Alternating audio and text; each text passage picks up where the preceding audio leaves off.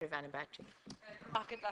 And I'd like to welcome Minister Costello to the House. I know Minister Shatter did want to be here himself. Indeed, as Senator Conway has said, he sat through the full hearing in the Justice Committee on the 29th of January on this topic, but I know he's otherwise engaged today, and I know Minister Costello has a particular interest in this area too.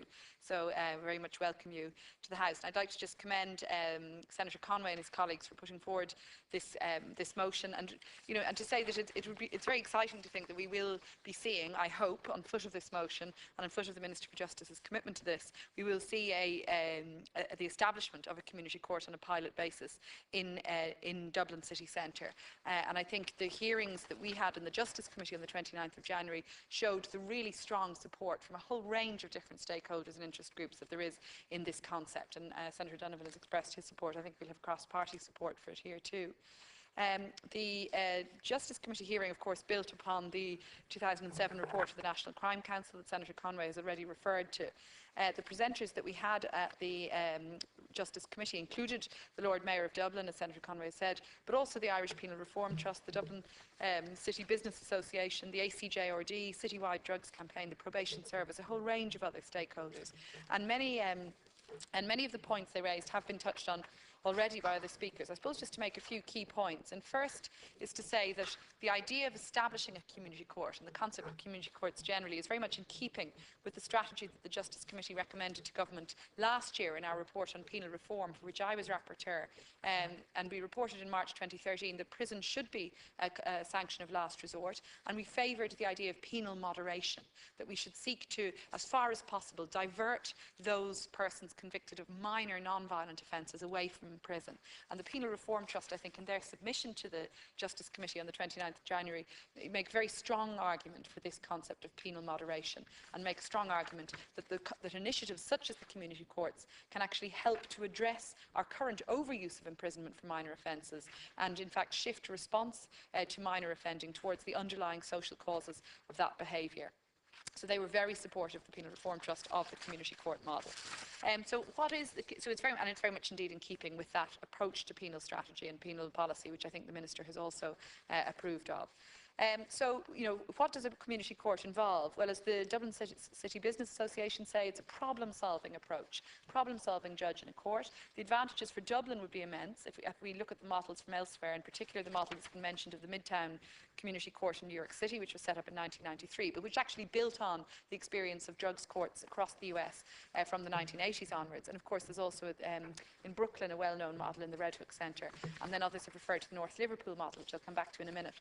But the advantages of those sort of courts, as we've seen, is that they provide a local, neighbourhood-based court system to deal generally with minor offences, in some cases where accused persons have pleaded guilty only. In other words, they're not trial courts, they're sentencing courts. And the Midtown court is one example of this. It's just a sentencing court, it doesn't deal with trials.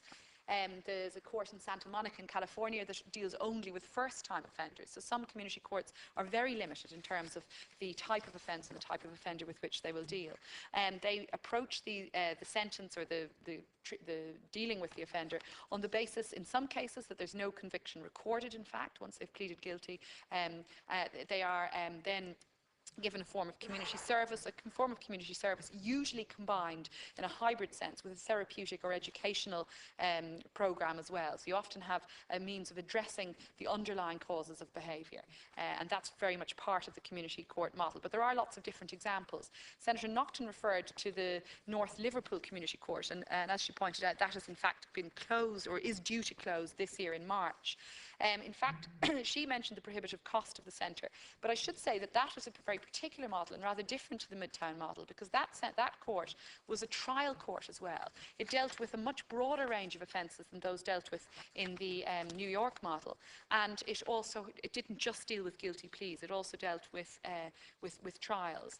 And indeed, just to be positive about it, the business of that court is going to transfer to a nearby larger courts complex, and there's a commitment that that a number of the good practices that were developed in the North Liverpool model will be transferred to the larger courts too. So it's not as if that model failed, or that the cost was prohibitive just because it was a community court. It was a very particular type of community court and very different to that which I think we would see adopted here in Ireland.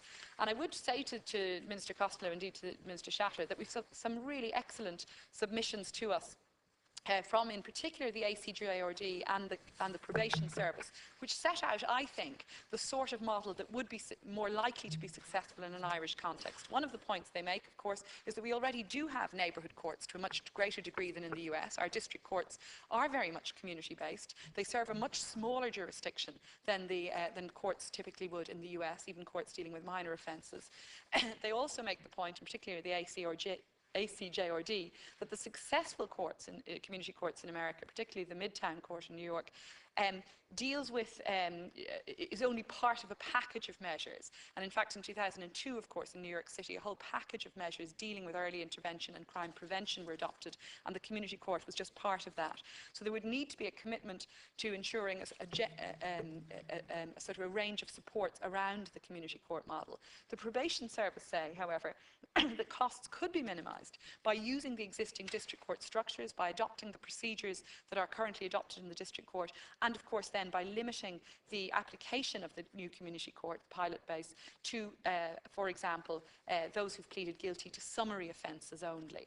A single designated judge should be appointed. The design of the courtroom would be important, that it isn't just in a more informal setting than the typical district court trial. And of course, post-sentence, there would need to be commitment to have both the application of the community service or some sort of community service under supervision of the probation service, but also access to therapeutic or educational sessions as in the New York model. We do, in fact, in Ireland have quite a number of successful models on which we could build. We have, Senator Conway mentioned, quite a number of restorative justice programmes, for example, in West Dublin and Blanchardstown, and then also in Neenah, and in Limerick, indeed, with the Lecala programme.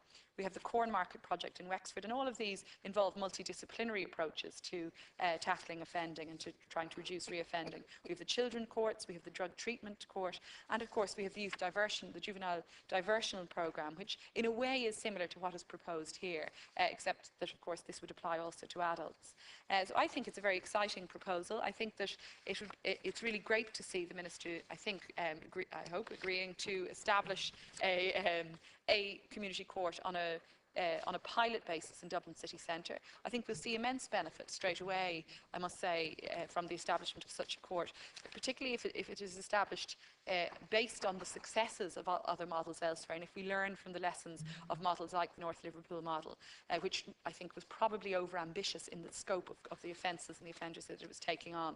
But certainly, as the DCBA have said, in terms of tackling quality of life, in terms of tackling public antisocial behaviour and public order issues on the streets of the city, a community court could have a real impact.